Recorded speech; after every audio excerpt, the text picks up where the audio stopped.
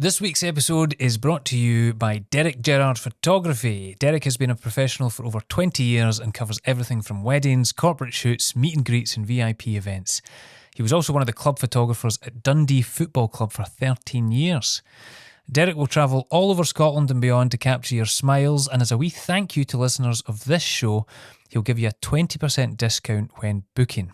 All you have to do is get in touch via his Facebook page, Derek Gerard Photography, and mention the code CF26. Now, this could save you something like £300 from the cost of your wedding photography, for example. He's a great guy. He's photographed some of my shows in the past, some of the events I've done. I've met the guy. He's a legitimately brilliant photographer and a lovely gentleman, and we thank him very much for sponsoring the show. Welcome back to another episode of Stop Watering Dead Flowers with me, your host, Chris Forbes, in association with the Stand Comedy Club.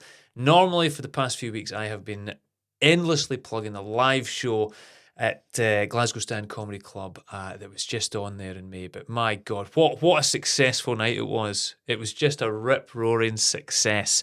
So you'll be pleased to hear that we're actually doing another live show at the Edinburgh Fringe Comedy Festival. Wow. At the Edinburgh Fringe, we're going to do a show on Thursday, the 20th of August at the Stand Comedy Club in Edinburgh. So if you missed out on the Glasgow one, please start planning for August and hopefully we'll see you there.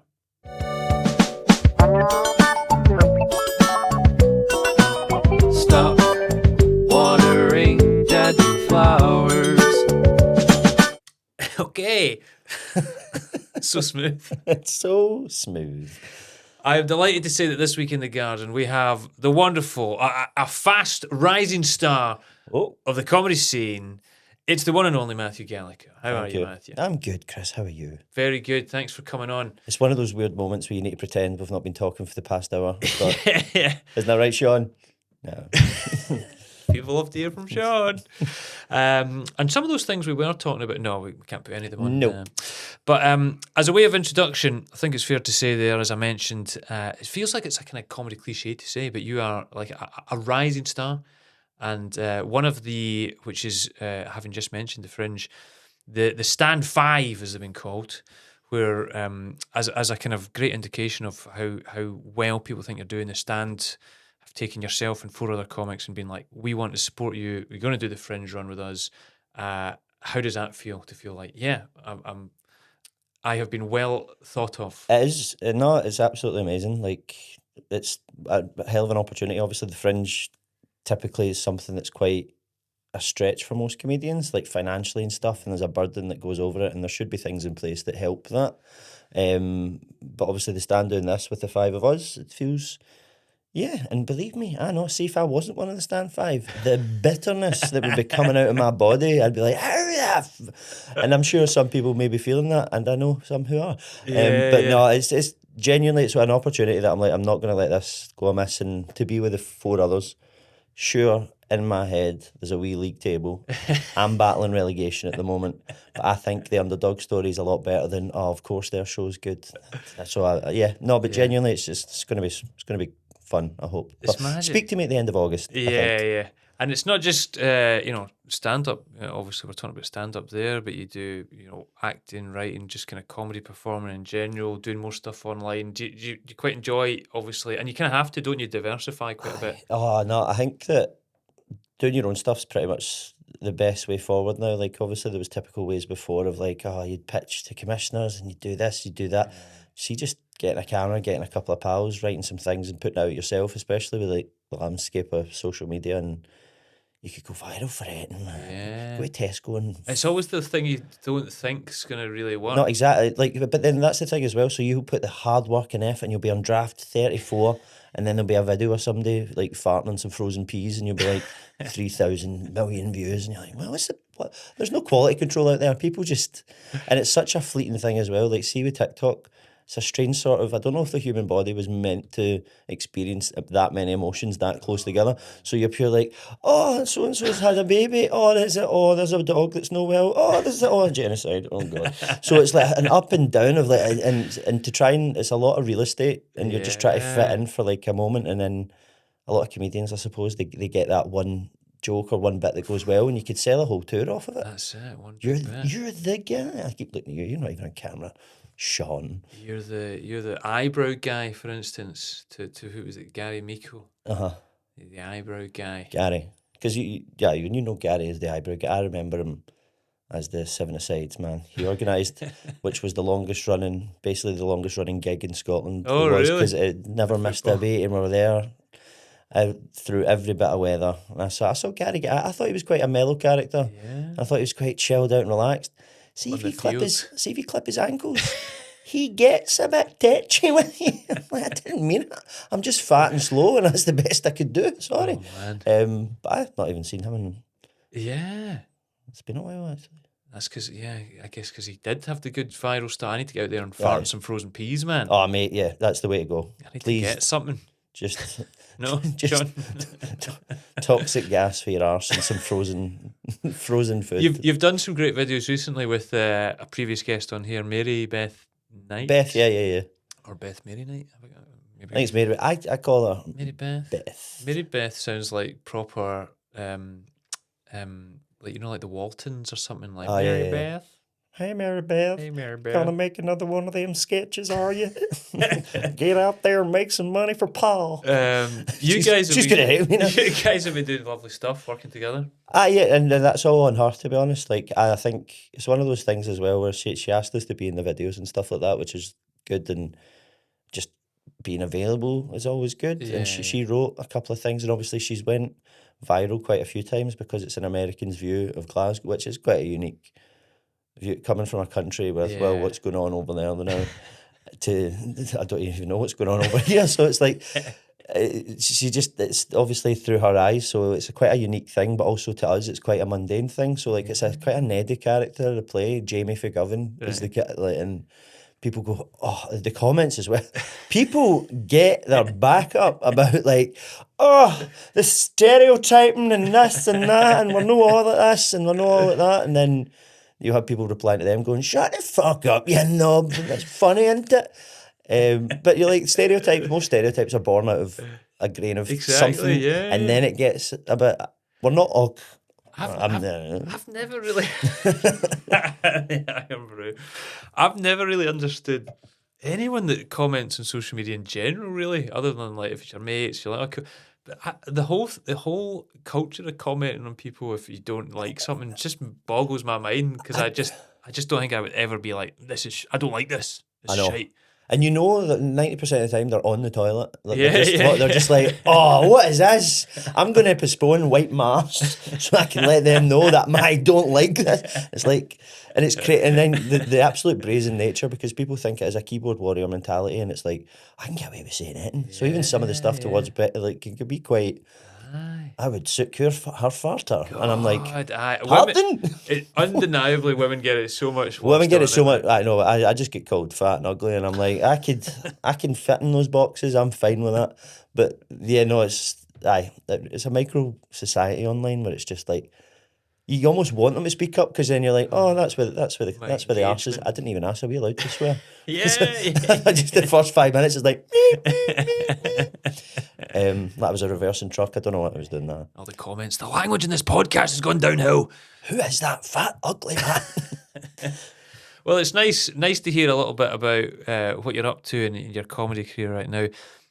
As this podcast goes in the format, how did you initially feel when you first found out what it was about and what you were going to have to think about? Are you someone that holds on to things like I do, or are you someone that's usually quite good at letting go of stuff? I think, I was about to say both, but it definitely is this. I hold on to it, but then it's suppressed in a little wooden chest with a fancy little golden lock on it, and then I won't even know. I'll be scanning something at the self checkout, and then I'll be like, my brain will just go, remember when you were 13 and you did that? Yes. So we want to prize that golden lock open today and spill them out on the floor. I say golden, probably brass. It's not expensive. There's not expensive memories. We'll just kick open. Fair. We're fine. Traditionally, we like to start with a childhood one. It's usually quite a few from childhood. Was there one in particular that's kind of reared its ugly head? There is, unfortunately for me, there is a lot of childhood ones. One, I think it's quite a common feeling. See, trying to stay off school and skip school. See, when you find out that that's an option where you can be like, I'm not well, and your mum will go, oh, look at him, and then your dad's looking at you like, fucking, you're taking the piss. But then you had to get more and more creative, and like see high school and stuff like that. It was always fine. High school, it was never like a place that I'd really, really wanted away from. But it was, if I could come up with an excuse that one will invite no further questions, Your Honour, and two, and just like, oh right, okay, you get yourself up the road. And I remember the worst one I ever did was I just basically came and went, what's the most embarrassing thing? And I phoned my mum, and like, this is where the acting started, because I'd been going to youth theatre for about 2 years, so I thought start every phone call with a bit of like, I've got asthma. I don't know why I'm pulling at my inhaler to prove it. Yeah, It's yeah, like, prove I've it. got asthma. It's been It's lying my- since that day to this day. It's my cherry ice inhaler. They do flavoured ones now. But I was like, Mum, I've shot myself. I've said, but she was like, didn't listen. So I remember the phone call so well because she was like, sorry, 2 seconds, I need to get out sick. What were you saying? And I had to repeat the Oh, performance. no. Like, I've shot myself. You've what? I was like, I know, is it okay if I go home? I had to ask permission because I had keys for the house and I'd never want anybody coming home and like just like, so I was like, I've shot myself, is it okay? Aye, of course, go get yourself home, blah, blah, blah, blah, blah. So I've went home, gone home, put the deep fat fryer out, get the fish fingers stuffed in there. And then I don't know what came over me, I went, oh, they're probably going to want some proof. Oh no. And this is a don't genuine like thing that's and you know where it's going, but please come Don't with me. And like this. so basically, I went to the bathroom, and then took off my boxer shorts at the time. Thank God it wasn't my front. I took off my boxer shorts and used them as some sort of makeshift fish net, and scooped and put it in the bath, and then in my infinite wisdom went, they have to believe me now. Not even the nuances of it, like, see if I did pat my chance, it wouldn't look like that, and it would be. But then my mum's obviously came home, and I went, oh, sorry, I've left them there to show you. She's like, what the fuck is wrong with you? To show you. And do you know the worst bit about it was, this is at like 10 to 2, there was only an hour left of school. Like, it wasn't like I was missing a day. I was like, oh, and yeah, so that's for childhood, that was one of like, right, have a word with yourself, because she was like, get rid of that. And I was like, I like the boxers though, we can't. She's like, throw it in the bin. So yeah, I've outed myself as a man who fishes his own jobbies at the bowl. It went so much worse than I thought that was going to go. I'm so sorry. When you said I thought a bit of proof, or maybe just put a little dab in your boxers, but See, that would have been using it as a fishnet to pull it out and leave it in the bath. You're making me look ridiculous, Chris. You're making me look silly. Can you remember what it was? Because initially when you started that, I thought it was like before you went to school, you wanted the day off, but you were at school and I just was wanted at to get school, home. and What kind of age were you? Was this this is like high school when you wanted? so it was to high school, so it would have been like 14, Right. maybe. Do you think was there something going on that day, or like? It was the final class. It was like something to do with the final class of the day. I'd either not done what I needed. Right, I couldn't be bothered getting shouted at, Yeah. and I'm pretty sure it was like home eckies or something, and I hadn't finished my cushion. It's something so trivial and so stupid that I'd be like, "Oh, do you want to get shouted at for not finishing your Bart Simpson cushion, or would you want to pretend to jobby yourself?" And I'm like, "Oh." But I tell you something that it worked. Hey, I guess she definitely wouldn't have been like, well, wow, I he know, was well, lying there. because I remember that there was a moment as well. I was in playing whatever. I don't even know what game cut. Xbox 360 was out by then, maybe. And then I remember my dad used to get home from work about 7, and I just heard the 2 words coming through the bedroom. Obviously, they were speaking to each other. Hey, what? And I went, all right, that's everyone up to speed. good stuff. And that wouldn't have even been in the response to he shat himself. It would have been in a response to, and he put it in the bath for us And to see. He wanted us to prove it, and I was like, yeah. So Maybe they were suspicious then, because maybe it was like a wee bit of like the women doth protest too Yeah. much type of thing. They're like, 'Cause why is he going to so I much think effort? I think that, like, I try to think of it as bullets for a gun. So you've got a gun and you've got 6 bullets, and I've already used the 6 I'm not well bullets. Yeah. So you've got that one You got to go rocket right up launcher in there. the back pocket where you're like, I'm shitting myself. Now, obviously, you're telling the story on the podcast that must have come up at some point when you were older. Or did you say to your folks at some point, like, yeah, I just did that? Yeah, like every good story, I think just mum and dad and or we're having a drink, and I've obviously it's the same house that they live in, so I've obviously walked and then just memories came flooding back, and I'm like, oh, by the way, and I told them, and I'm telling you, the look of not even disappointment, it was just apathy of like, of course you did, like, oh my god, like, and What have we raised what here? have we done with, like, what went wrong? That's why my brother was born 7 years like later, because they've obviously could tell by the time I was 7, going, nah, this is there's a manufacturing default with this thing. We'll try again, because it was a Catholic primary school I went to, so they probably Right. thought it was good. I don't know, are you religious yourself? I mean, I didn't know. Not really. So I went to the Catholic primary school, did all the usual stuff there. There was signs then that I maybe wasn't the full shilling. Shilling, remember Shilling Sean? Shilling Sean would be a good Shilling stage Sean's name a for great name. you. But so there was times then where a confirmation name. So basically, you have to pick a right. saint's name, and then put it in the middle. And I got my first 4 rejected until they picked for me. So because first of all, originally I was like, can I get Matthew? And they went, you can't be called Matthew. And then I was like, can you get because basically you just get a bit of paper, took it, and then you take it to the teacher, Oh, and she really? yays or nays it. Oh, It's like the X wow. Factor almost. So just. The second one I put was Jesus. And I was like, you're not Matthew Jesus, no. MJ man. Then I put Judas. And they were like, we're just gonna give you one. And just they stuck with the J and they went Joseph. So Jesus' stepfather, the ultimate side character in any of the No things. way. And I remember, like, because it was a Catholic, that was all built on guilt, and it was some of it was like old school, like shouting in your face, like Yeah. teaching. And I remember, I don't know what rebellion this was. There was a boy in our class, I won't name. No, I won't name. I won't even say what he did. I just realised what he did. Never mind. It was not even that bad. But then I remember one day I wrote, this is like how you rebel in Catholic school. There was a little Harry Potter post-it notepad, and there was like a red pen, and I wrote F-U-C-K on it. And then I scribbled it out and had it sitting on my desk. Then I went up to sharpen my pencil, as one does. Yeah. And then the boy that was sitting across from me took the thing up and showed it to the teacher. grass. Absolute, a field full of grass, that boy. And then I'm getting called to the head teacher. You call it head teacher, principal? That's American. And she, it was like a scene out of a film, so I had to come and sit down. And they're basically staring out the window with their hands clasped behind their back, pacing in front of the window, going, Letting it sit in the air. I've been keeping my eye on that bit of paper. I was like it's sentient, and about to get up and walk away. I was like, all right. It's like, you've definitely written that. And this is my first kind of like, oh, I can get away with this.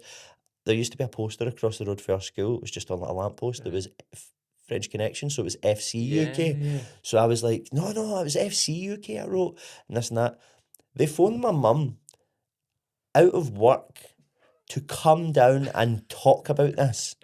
And I've went and have said what I did. Yeah. And I said, I believe him. And you're stupid then, and this and that. And they've literally pulled my mum out of her job because I've wrote the one fucking red pen on a Harry Potter post-it note. And I was like, there's priorities that need to be looked at here. But yeah, that's probably the child friendliest stories from the primary school, I reckon. Maybe they're like, oh, we need to call your mum down here because he's written fuck. He maybe shat himself again.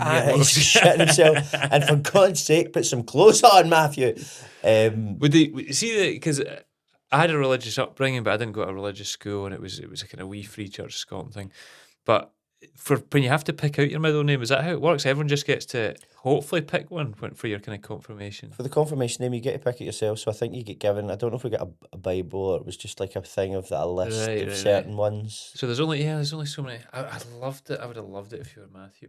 I loved it as well. But if you were called to the principal's office for that. And it was Matthew Gallagher. They need to fill their day with things because they've literally just got 20 infants that they've absolutely filled full of guilt just for being alive. Yeah. And they need to go, we need to find some controversy. And that's why I went to Highland Secondary. Aye. So I went there usually you go to St Tam's, you would Right. go to St Peter's, that's where I was at.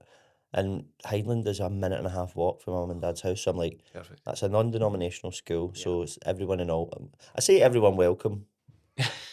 Nope. That's what they have to put on the stone, but it's not true. And it was also a non-uniform school. Oh. So we were non-uniform. So I didn't think you really got that. it was like a fashion parade every day, and then you find out. And I think year one's always like the auditioning to be like and like. Yeah. I went through every phase. I wore a total 90 trackie, head shaved with a line shaved on the side. I grew my hair out, wore a Limp Bizkit hoodie, and fucking got a skateboard. Really and stuff. trying to find yourself. Try to jump through all these. Who's my people? Exactly. But it was a non-dom, non-uniform, like non-working school sometimes. But Cool. it was I don't know, it's strange. There used to be fights organised every lunch. It was almost like we'd go to the canteen. You were like, by the way, see Brian and Callum. Oh yeah. Hayburn Park at lunchtime. It's always a big thing, man. If there was a fight happening, it was a fight at lunch, and you get your wee bag of chips and you'd be away round to the park to what it was like. It's what Eddie Hearn must do, but on like a much smaller scale. Where he's like, it's Brian. Were you ever pitted against? I was once. I got a fight organised with a boy in my school, and it was like, and we must have been the undercard because we weren't even touted to go to the park. We were like, see you round at Modern Studies and Geography. They're going to fight. And we literally just stood across from each other for 10 minutes until people started to realise these people are not doing it, and they just started to filter away. It was the most embarrassing thing in the world. No. But I've not got a bone in my body that wants to fight. It's one, because I'll lose, is the smart way. But like two, I don't have that. But I say that I like wrestling. And obviously, I said my brother's like 7 years younger than me, which is unfortunate for him. So when I was like 10, he was 3, and he was perfect choke slamming weight. He was like up and then down, and then I'd hit his head off like the frame of the bed. That's probably why he's like that now. But he hit his head off the frame, and I'd be like, "I'll get you sweeties if you don't tell Mum. I'll get you sweeties." And he's sitting there having a Solero, pure bleeding in the back of his head because I've choke slammed him. How did we get on to this? I don't know, but I love it. It feels like you would have a number of childhood ones, but even just veering off into some others there are great. But let's move forward in time a little bit and pick out the one from a career. And now, are you someone that's had a number of jobs, or have you been in a few? When did you start comedy? How has that all kind of unfolded for you? A number of jobs. My first ever job was at, I don't know if you remember, Staples. It used to be down in Finiston. I was there for 2.5 years. I could, stationery. I could sell a printer, my friend. Don't you worry. I could tell you all the specs of the printer. So that was like the first proper job. Then I get 3 jobs at the one time. I was working 3. So I worked at Marks and Spencer's in the morning at Brayhead. Came back to Ryman's on Byers Road. And stationery as well. And then the last Blockbuster, the one up beside Doran Moore. So that was the best job, from 7 o'clock to 11. And by the way, the computer that they used, it was insane. It's like from the 80s, and it's like green coded. So you had to put code in to find like, do you get the matrix? And you're like X, Y, B, and then you put matrix, and then it tries to find it. So like that's like my earliest, like I'm working. That was always a kind of dream job for me, working in the video vision in my wee village. But like the thought of then just getting to take home films and all that. You get 10 a week because it's part of the training. It's product knowledge, so you get 10 films or movies. And obviously the games, we'd get them like a week and a bit earlier, but you just weren't allowed to go online. So the new WWE game came out. I think it was WWE 13 or something at the time, and I got to take home for a week. I was the hottest shit in town. Like, do you want to come round and play the WWE? There's one guy that did. But those I like the customer facing jobs because I was always quite good. The Marks and Spencer one was, and this does tie in, and it doesn't mean to tie into my earlier story about me in my pants. A woman, it was like Christmas time, and you already know where it's going to go when I say it, but she came to return a pair of underwear and claimed they were unworn. And I picked them up, and I remember it vividly with a blue biro pen, and I'm like, it's proper like a felt tip scrape. But you had to be. Marks and Spencer's taught the ones like the customer's always right. Pure old school. That's so. I'm so sorry. I'm so sorry. That's not. It's chocolate. But like had to get the manager out, and he was like, "Oh no, got a refund." I think if you just moan enough in these customer. So then I tried to go away for that and do like call centre work because I was like easy. I got let go for Optical Express for putting voices on. Because I didn't think there was any harm in it because I justified it by going, they don't need to know me, they don't need me. So if I'm putting on an English accent, just to make it a bit more fun for just you. like, hi there, ring from Optical Express, but just remember you've got your appointment on Tuesday. That was the one they played because I see when you're going in, you get sacked. Yeah. And you're sitting there, and then see as soon as you see them pull out the screen or like press Evidence play on is coming, something, yeah. you're like, no, that's bad. So yeah, get let go for doing voices, and then just I worked at the Celtic shop for 7 years, which was a experience. Oh yeah. And I am a Celtic fan, as we spoke about before. But some of the clientele. It's the clientele was bad. Sometimes they were. I was like, how do you even shite in a hoopie mascot? Why is this? I need to get away from the jobby part. This is too much. But like, people would be outraged at things. But then you'd have a lot of Rangers fans because it's beside the subway where it used to be on Argyle Street. You get people throwing things in. Oh, really? You'd have like a wee lassie on the front door who's the security, and folk be, yeah, you're fucking screaming, spitting on the window, like 60-year-old guys proper spitting in the windows, fucking like that. And like, we're a glorified clothes shop with a Celtic badge on it. We're not like, but then on the flip side of that, when the Celtic fans would come in, I'd be just standing behind the counter a random summer day, and they're going, for God's sake, why did you sell him? Where are you? Like, I'm in the boardroom the night before going, right, we need to make some money, sell that player, that player, that player. Like, coming in and just going, tell Dermot Desmond to fucking pull his hand out. And I'm like, Jesus, like, the responsibility. It's always the worst. It's always when it's like properly grown men having these types of meltdowns, you go, come on. But I'm like, what do you fill the other 23 and a half hours of your day with if this is like your midday task? And does he go to the pub and go, I was in that Celtic shop earlier and letting them know what for. Why didn't you sign John McGinn? Yeah, it's like, that's 10 years ago. What are you doing? You're like, I don't know, do you want a medium or large, mate? What was going on? It's like, I know people would actually come in and genuinely think we had contact details for... Like, if you get Peter Law's number, I need to phone him. I was like, well, okay, that's very well and good. But it was a good, 7 years is a long time in any job. And I remember up and down, I was really good for a bit at the end, like becoming team leader and like, I could be in this job. And then there was also bits where I was showing up late and again, just taking the piss, this and that. And I picked the worst time to do it. So it was like 3 weeks before the COVID thing happened. Right. And then when I'd been punished and cut down to my contracted 4 hours a week. And then the email came out just after COVID going, right, so we're just going to take an average of everyone's last 12 weeks and pay you off of that. And I'm like, I've only been working 4 hours. So I had to do the groveliest email going, please. Oh, no. And then I changed tack and I was like, I'm going to go to the news. So we compromised a little bit. But...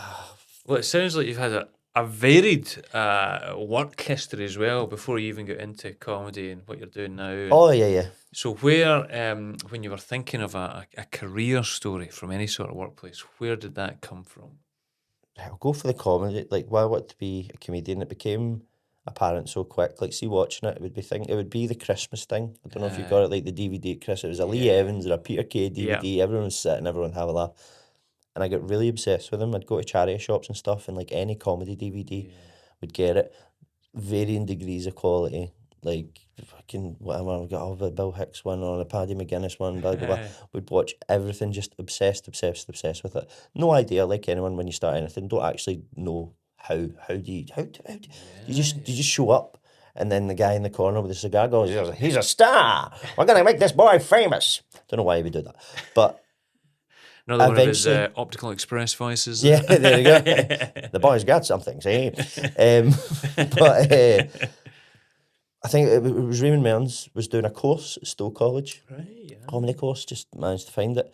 8 weeks, and then a gig at the end. And Brilliant. so we did that, and I'm sure just Janie Godley, I think, was the headliner and the last gig at Maggie Mays.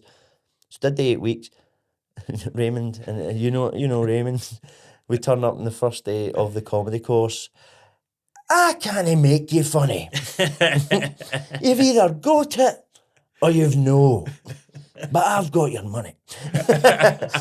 And so it was that kind of vibe. But it was quite it was a good kind of lesson. And like he'd break down bits, he'd show us comedians, and then we'd write stuff, email him. He would like semi-edit it and stuff. So it was a good practicing like thing. And then we did the gig, and then I think it was about 3 months between that and the next one. I think it was like Tenants. Right.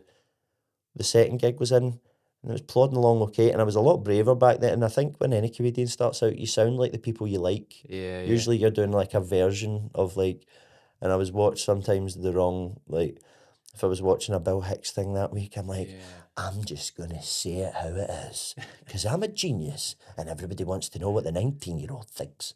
And I'm up, and I'm just, like, and you go from silly to that, and like you find your voice eventually.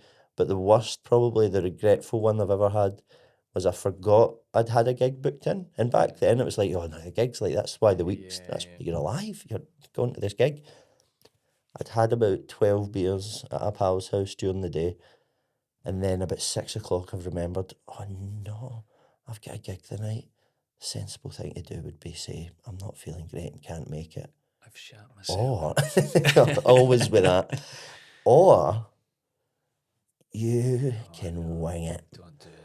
Turn up. Happens to be this day. My mum's there. Oh, no. My dad's there. First time coming to see me live. They've snuck my 14-year-old brother in downstairs to see his big brother do. God, this is what he's been doing. This is what he's leading up for. I'm on later in the bill, so I'm kind of like, I'll be fine. Somebody offers to buy us a pint. Yeah, make it up to the stage.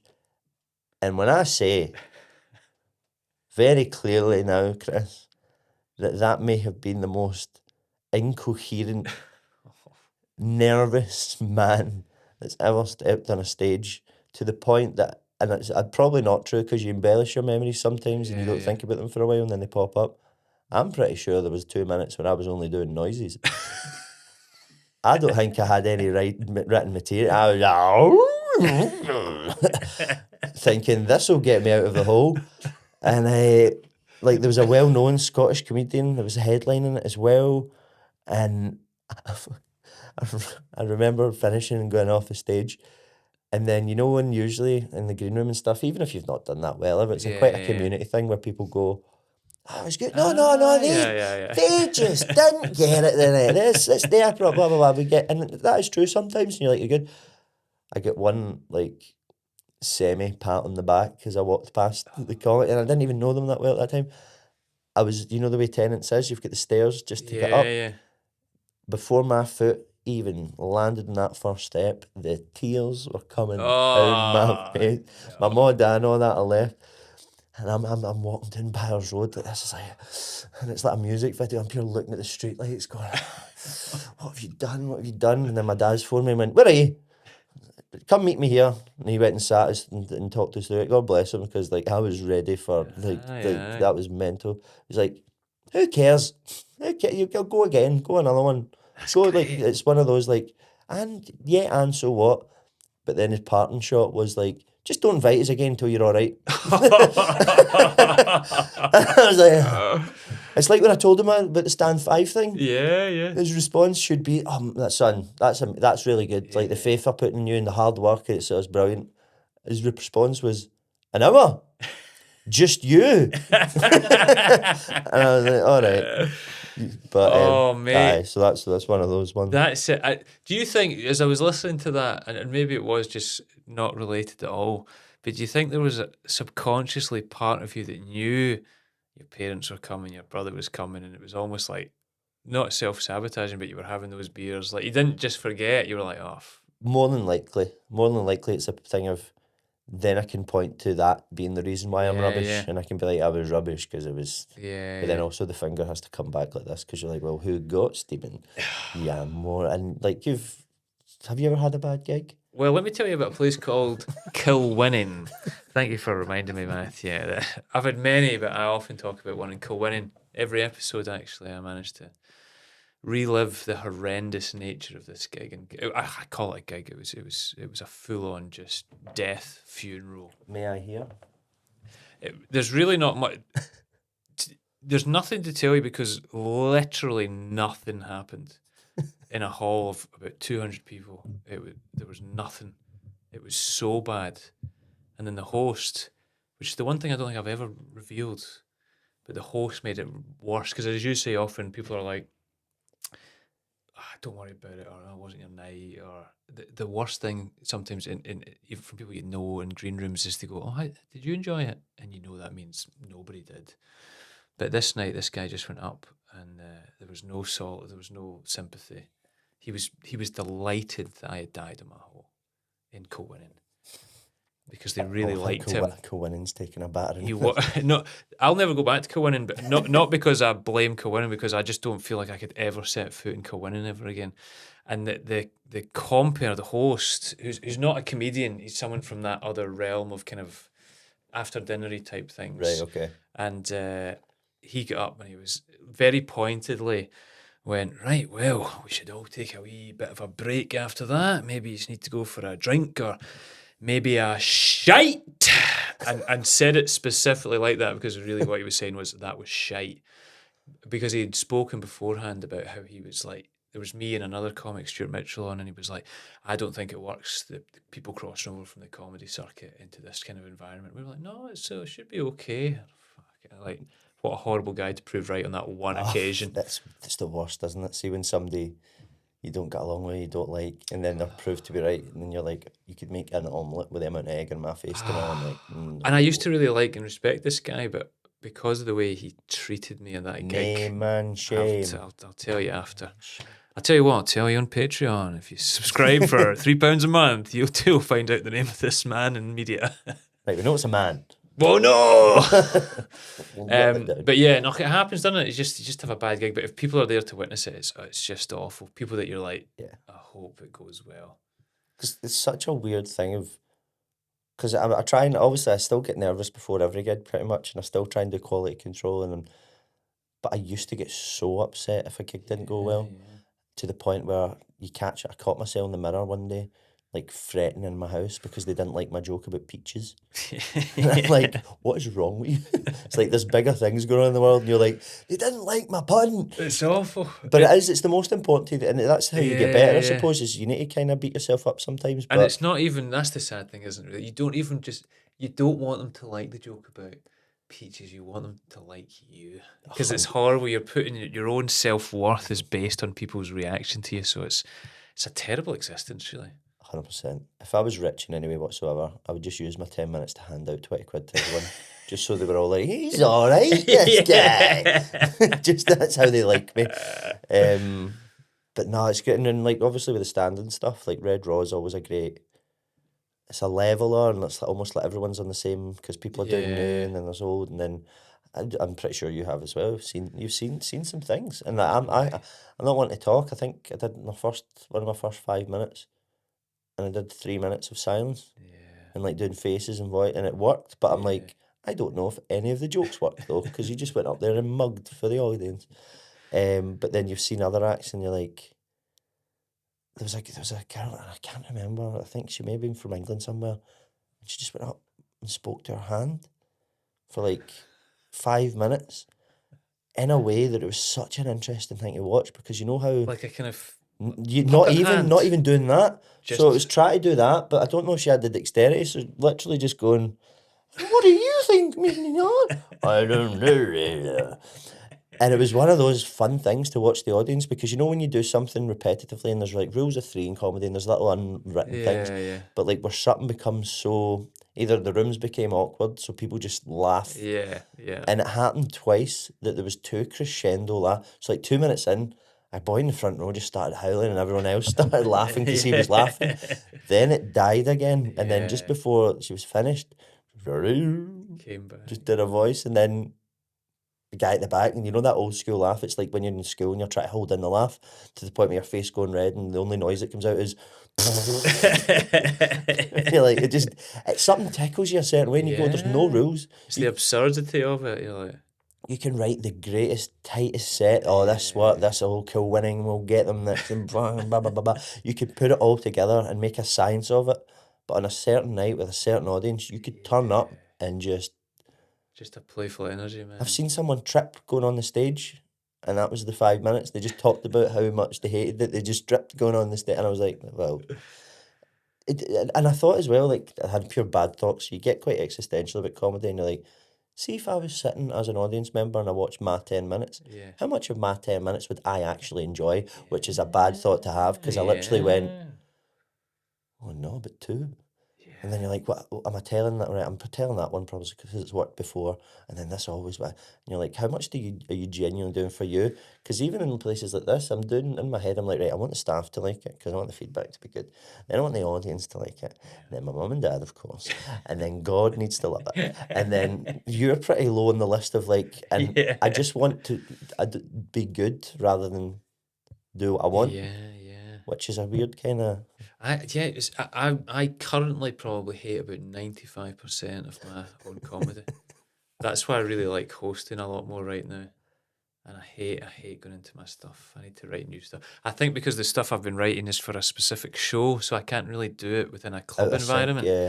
So then I'm just telling the same old stories, and you do feel like, I'm not enjoying it, but it's going down well. I know I'm doing my job, but But also, that's the way it needs to be done. Like, it's not for you anymore. See, as soon as you've done it 100 times, it's like, they've paid the money to be entertained. yeah, It's not always you've about, got to provide a service, you know. it's not always about tickling yourself and going, wasn't I clever?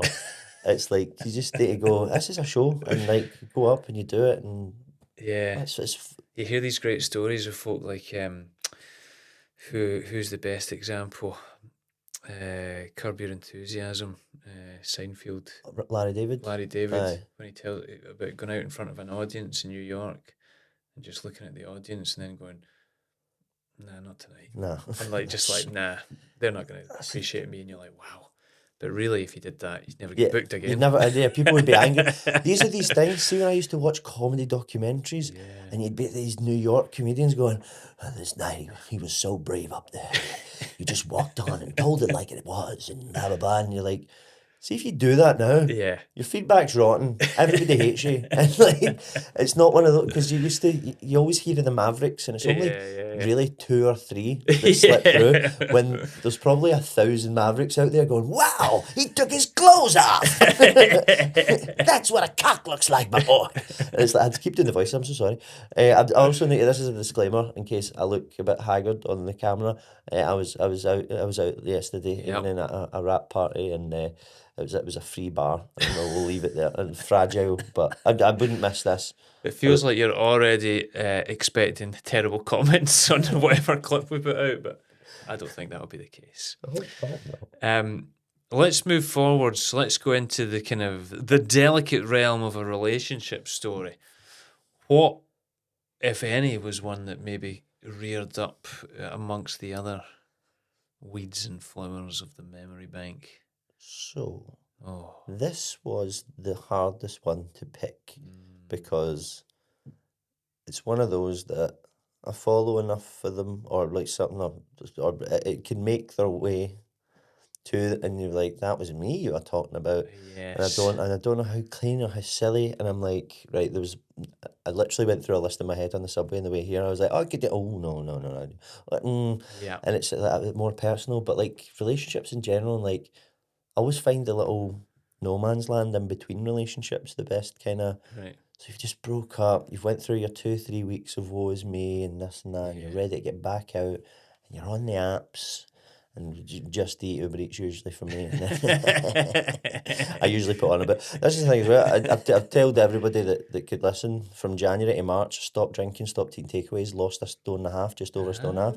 And then 3.5 weeks after that, I put on a stone and a half in half the time. And I'm like, "Hey, see if you put your mind to it, Chris, you can get you can really ramp it up." But relationship wise, I'm trying to. Obviously, I'm with my good lady just now, so. What did I do? No. I really should have been more prepared here. Not Chris. at all.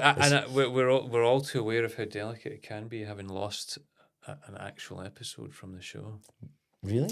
I'm afraid so. Who? And we shall say no more about it. Oh, right, okay. So choose carefully. But then it doesn't even have to be. I've tried to broaden it out from romantic relationships. It can just be a relationship incident with a pal or a family member. How rated R can we go here? You can go as mad as you want. Right, okay. You got the beeps and the stuff ready? Yeah. Right, so I'll do a couple then of like... there was one, probably my second like serious kind of relationship, and it was just one of those things, you're all young, you're all like, hey, doing all that. And then eventually it just props up, as it probably does with everyone in the relationship, where you go, shall we try arse stuff? I see now. Yes, Yes. okay. And we're like, how do you even approach such a delicate subject? And basically they were informing me that you need to train the anus. I'm already regretting that. So right, I'll treat it like a TV show. So cut to the person on their hands and knees in the bed. Cut to me with Johnny on my finger. Just training an anus. How to train your anus with DreamWorks. I'm so sorry. And then I'm doing that to the point that I start getting bored. And I take what could only be called a wrong turn at Albuquerque. And I'm pretty sure it was like scratching the end of a flake chocolate. And so I remove my finger as fast as I can. But in doing so, the Johnny doesn't come with me. So one of the best comedy things I've ever done was having to go back and go. So that's a memory that pops up every now and again. Like, because I could have went clean. I could have went, one of my ex-girlfriends. It's not going to be the clip. I'll tell you that. I don't think. It's not going to be the clip. I think it should be. I think you should be brave. On OnlyFans, maybe. I know. Wow. I apologise for that. Incredible. Any excuse to tell that story. It's a funny image. But like, I've had things in like one of my ex-girlfriends. Like, I'm severely asthmatic, right, but I love dogs, so it's that kind of crutch. Like, my girlfriend just now's got a lovely dog called Meadow. Here's a shout out to you, dog. Meadow. You don't know, she's see if a Labrador did a podcast, I would listen. Like, see, even if it's just an hour of just the wee noises. Like, it's more calm. I don't need Joe Rogan telling me about Rogaine and all that. I'm just get a Labrador and a microphone. That's it. And but one of my ex-girlfriends knew I was severely allergic and then adopted a dog, which I think was hint number one of me not a fan of you anymore. What else? I went on a date. This is probably a bit more clean and possibly could be clip-worthy. Went on a date. This was one of the in-between times with a girl and stuff, and going fine. Met about 3 or 4 times, and then the tone became more serious and like, we need to talk, but I want to go to Pisano first, if that's all right. It's like, okay, that's a weird way to do this. I've got news, but first. Yeah. Cake. It's a weird order. I was like, right, okay, so I'm eating my pizza, and I'm like, right, okay, we go and sit and we chat. And she was like, I think you might have chlamydia. And I'm like, oh, what? Unbelievable. Yeah. You ordered a margarita.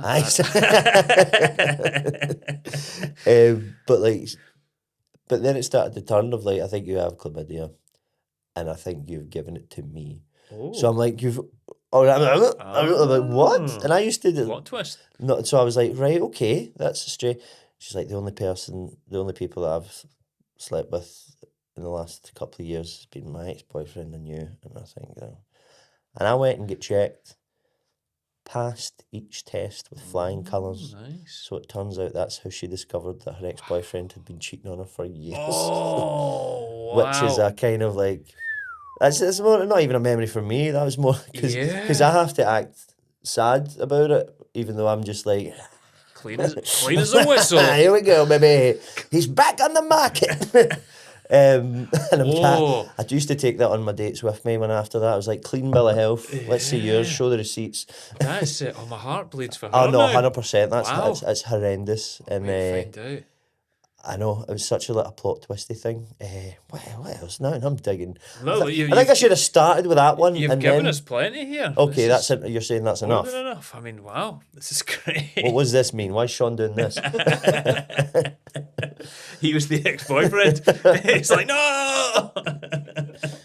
Everybody knows. No, these have been great stories so far. I mean, if you've got anything else you want to get off your chest or share, we always say, sometimes if there's one that's cropped up throughout the episode, sometimes people are like, God, I've actually just remembered.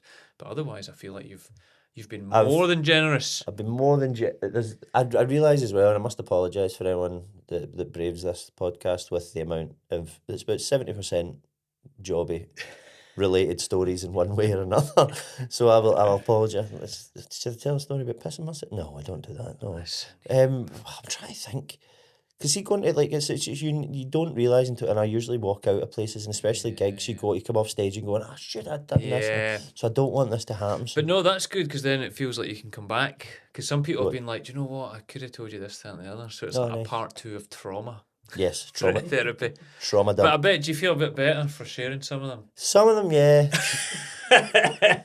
2 of them, I'm expecting a bit of blowback, a bit of resistance, a bit of like, who do you think you are? A bit of, for want of a better sound effect. Wow. But no, this is good. We shall await the email of complaint. It's better than therapy. This is better than therapy. Have you got anything to say, Sean? Thumbs up from Sean. Thumbs up. That's not a thumb. That would have been the next step in the training, but never didn't make it. Never got that far. Jeez, This man. is awful. I'm already regretting this. Matthew. Yes, Chris. Matthew Jesus Gallagher. To give you your full name. I didn't even remember Joseph there, your actual name. Matthew, what have you got coming up? Obviously, you've got this fringe show that you're doing at the Stand Comedy Club. What details can you give us about that? And have you got stuff in the lead up to it that you can tell us about? Yes. So we'll come to the August one. Right, so I've got a new monthly show here at the Stand. The first one's on the 25th of May. Basically, I'll get 4 comedians on. First half of the show will be like do sets and stuff like that. Second half of the show is going to be like Graham Norton on crack. So there'll be like all the comedians out sitting on the couch. It's be like coming to my house. We'll show videos or clips that I've got the comedians to send in before. We'll do video game challenges against the audience of like Crash Bandicoot or SmackDown v Raw, this and that. Just try something a bit different. Try and like play about. Might do themed ones like the World Cup, obviously during the summer and stuff. Yeah. So that's good. The first one's on the 25th of May. I've got my work in progress at the end of July in the Glasgow Stand. Right. Which I'm pretty sure is called Work in Progress, Subject to Change, something like basically just a bunch of those names. So that's go on the Stand website. And for the Fringe, the show's called Matthew Gallagher Last Minute, which now I've justified it to myself going, last minute, there's a lot of connotations to that. It genuinely was half an hour before they needed a name. So I said last minute and I just put it in. But that runs pretty much the whole month of Edinburgh. The month of Edinburgh? My Catholic school wasn't very good. What month is it? Is it Perth? I'll see you in the 2nd of Perth. But yeah, so that runs throughout August. 10 to 9 at the Stand 2. Which really excited about it. So yeah, just come buy tickets. Buy tickets. I promise. Promise is a strong word. No shit talk at that show. There shouldn't be. unless I'm running short of time, then I'll just tell that story again. But everyone will now want to hear 2 minutes of just noises as well. Yes. For as much as I hate how everything's filmed these days, I wish that set had been filmed in Tenants just to hear the bit when you're going. It's just incoherent ramble. I know, it's right. But listen, thank you very much for sharing Thank the you for stories. having me, Chris. And a big thank you, as always, to people watching, listening, especially to our patrons. Please do consider supporting the podcast. Sign up.